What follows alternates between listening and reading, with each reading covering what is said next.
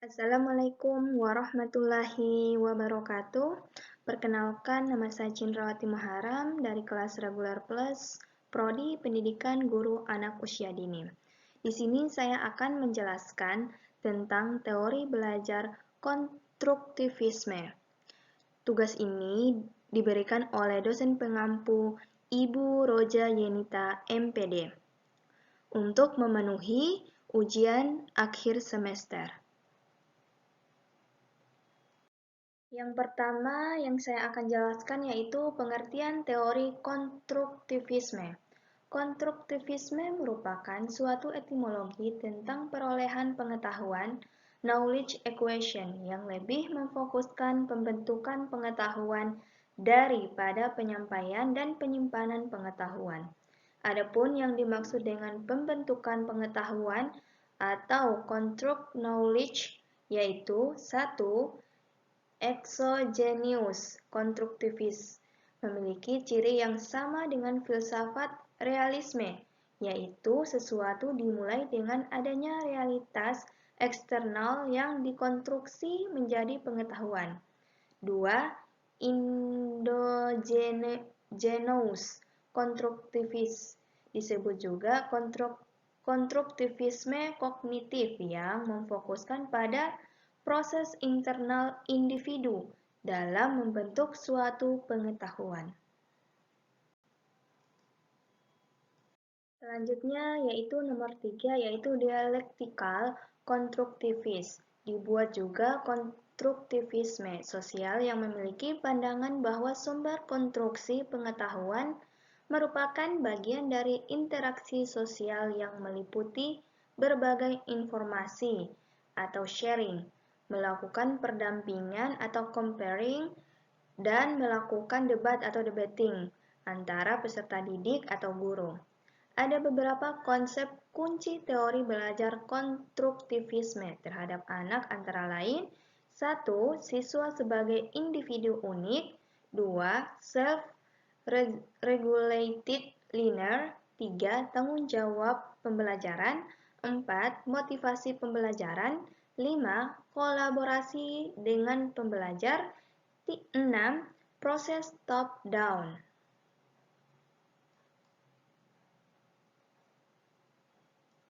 Menurut Suparno, ada beberapa prinsip teori belajar konstruktivisme yang diambil adalah: 1. Pengetahuan dibangun dari siswa itu sendiri, baik secara personal maupun secara sosial. 2.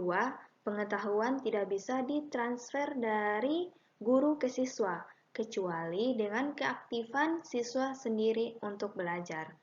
3. Siswa aktif mengkonstruksi secara terus-menerus, sehingga terjadi perubahan konsep menuju ke konsep yang lebih komprehensif, sesuai dengan konsep ilmiah. 4. Guru berperan membantu menyediakan sarana dan prasarana serta situasi agar proses konstruksi siswa berjalan mulus. Tokoh-tokoh dalam teori belajar pembelajaran. 1. Teori Jean Piaget. Teori belajar konstruktivistik yang dikembangkan oleh Piaget dikenal dengan nama konstruktivistik kognitif atau personal konstruktivis.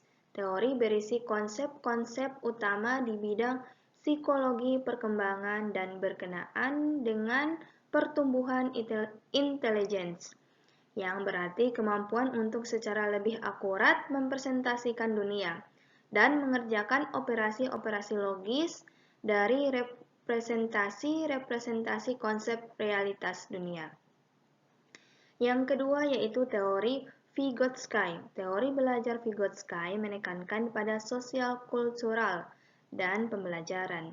Siswa dalam mengkonstruksi pengetahuan dipengaruhi oleh lingkungan sosial di sekitarnya. Pengetahuan sikap, pemikiran, tata nilai yang dimiliki siswa dan berkembang melalui proses interaksi. Selanjutnya yaitu penerapan teori belajar konstruktivisme di kelas. Konstruktivisme mempertimbangkan keterlibatan siswa dalam memaknai berbagai inti dari pembelajaran, yaitu: 1. Mendorong kemandirian dan inisiatif siswa dalam belajar.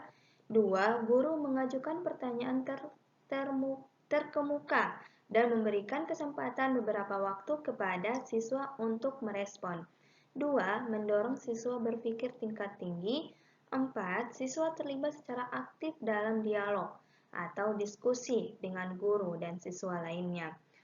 5. Siswa terlibat dalam pengalaman yang menantang dan mendorong terjadinya diskusi.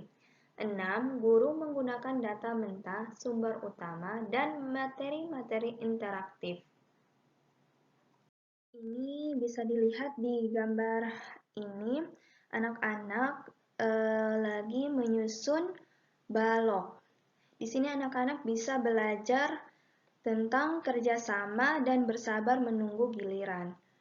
Selanjutnya yaitu menyusun kata. Di sini anak bisa belajar meningkatkan kemampuan membaca. Dan ini anak-anak lagi bermain Lego. Anak bisa meningkatkan kreativitas dan meningkatkan kepercayaan diri anak. Selanjutnya yaitu ini bermain peran, yaitu memasak. Di sini anak bisa melatih kemampuan sosial dan bekerja sama, belajar perencanaan dan penyimpanan. Selanjutnya yaitu di sini anak-anak bermain peran tentang dokter-dokteran. Di sini anak bisa belajar tentang keterampilan bahasa dan keterampilan berpikir. Di sini anak-anak eksperimen tentang gunung meletus. Di sini anak bisa menambah pengetahuan tentang sebab, akibat, dan manfaat dari fenomena alam. Sekian dan terima kasih. Lebih dan kurangnya saya mohon maaf. Assalamualaikum warahmatullahi wabarakatuh.